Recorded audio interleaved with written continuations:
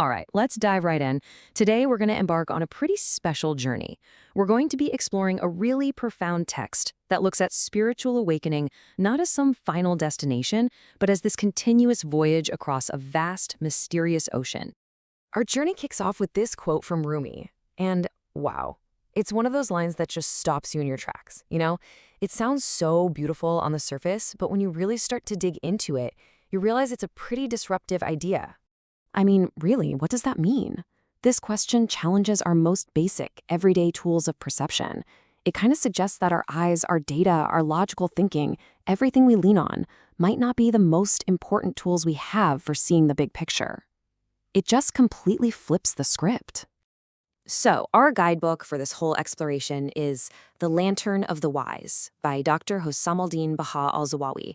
And this isn't just some philosophy book. It's actually set up like a travel guide for the soul, using this incredible extended metaphor of a voyage. And today we're just focusing on what Dr. al-Zawawi calls the first station. Think of these stations as major ports of call on the soul's voyage, and each one represents a whole new level of consciousness. We're basically stepping onto the shores of the very first one, the dawn of belief and knowledge. So, to navigate this first leg of the journey, Dr. al-Zawawi says we first have to get a handle on its two most fundamental concepts. He calls them the twin pillars, belief and knowledge. Now, in our world, we're constantly told these two are enemies, right? It's always faith versus facts or feelings versus science. You're supposed to pick a side. But this text says no, no, no. They aren't opponents at all. They're partners. They're the two pillars holding up the very same roof. So how does Dr. al-Zawawi define them? Well, first up is belief. And this is not about blind acceptance, not at all. It's described more like the soul's resonance, kind of like a tuning fork, vibrating when it hears a truth it already knows. It's a primordial memory, so it's not the stress of learning something new, it's the relief of remembering something ancient. And then you've got knowledge. This is the active part. This is the intellect's devoted quest to go out and find the evidence, to see the signs woven into the fabric of existence. So if belief is that inner memory, knowledge is the external journey you take to prove it's real. They're like the left and right foot of walking toward truth. Okay, but wait. If these two are supposed to work together so perfectly, then where's the challenge? What's the catch? Well, according to the text, it all comes down to this profound paradox that's woven into creation itself. This is the real tension the traveler has to figure out. And here's the paradox. The world does two completely opposite things at the same time. On one hand, the beauty of a galaxy or the insane complexity of a single cell, it reveals this incredible intelligence behind it all.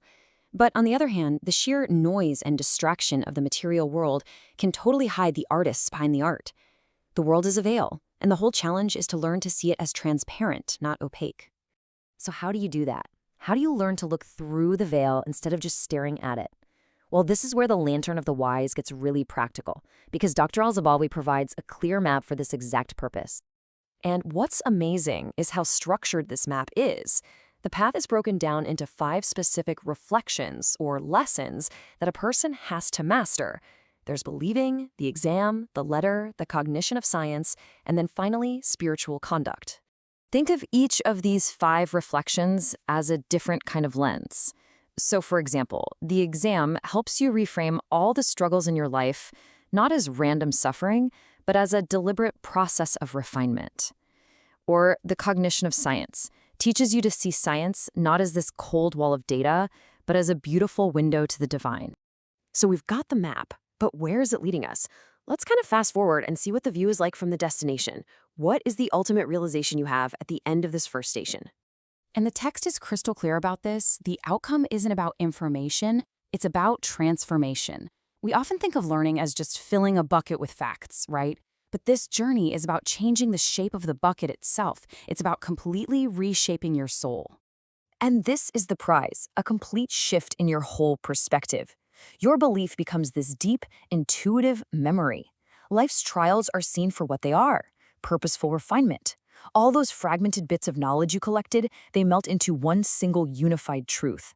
And your conduct, how you act, becomes just a natural, radiant reflection of what's inside. This all leads to the intellectual climax of the first station, where Dr. al-Zawawi presents this absolutely stunning paradox. The seeker finally gets it. They realize What I conceived as seeking was in essence a perpetuation of separation.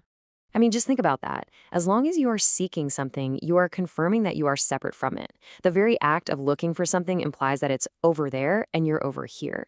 The ultimate realization is that the light was never distant. You stop running towards it when you realize it's been carrying you the whole time. The journey just transforms from this active seeking into a receptive yielding. So, we've unfurled the map, we've charted the course, we've explored the paradox, and we've even caught a glimpse of the destination. But, understanding the map is not the same thing as taking the journey. That part, well, that part is personal. And so we're going to end with the exact same question that Dr. Azawawi's text poses at the very end of the station. Let it just sit with you for a bit. You've been granted a glimpse of the dawn of knowledge. How then will you journey in its light?